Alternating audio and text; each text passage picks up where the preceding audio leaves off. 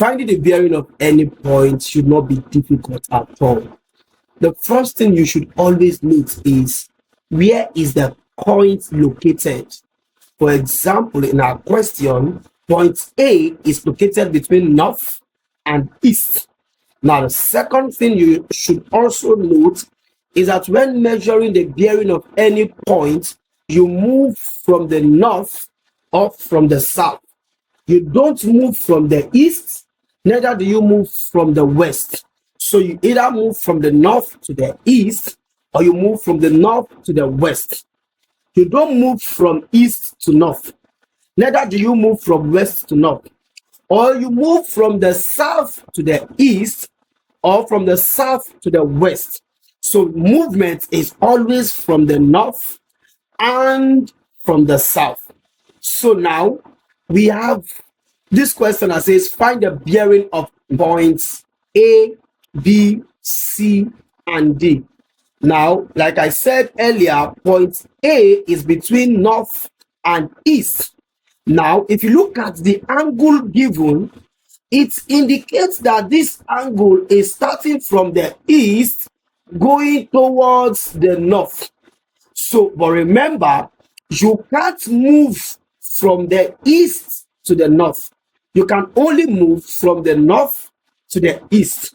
So it means that point A will start from the north going towards the east. So this is the point where it subtends at A.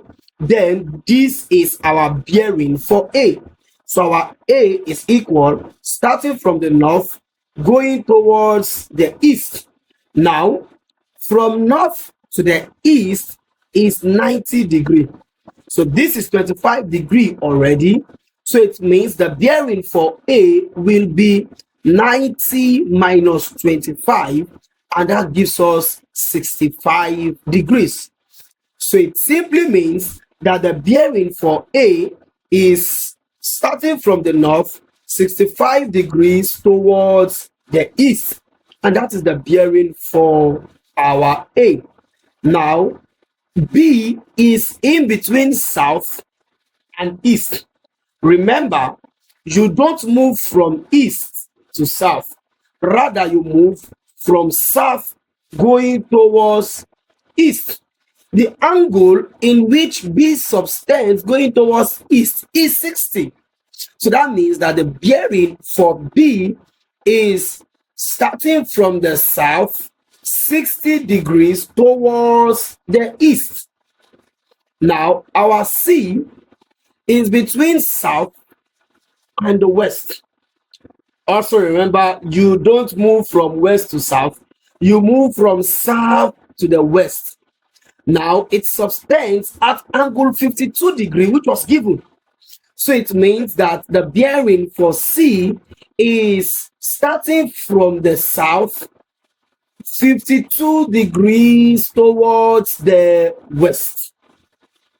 Now, bearing D, point D rather, is between north and west. But then the angle given started from the west going towards the north. No. You can't move your bearing from the west towards the north. You can only move from the north towards the south. So D have to start from the north going towards the west. So this is where it subtends. So this will be our D degree, right? However, between north and west is 90 degrees. So our D is 90 minus 39, and that will give us 51 degrees.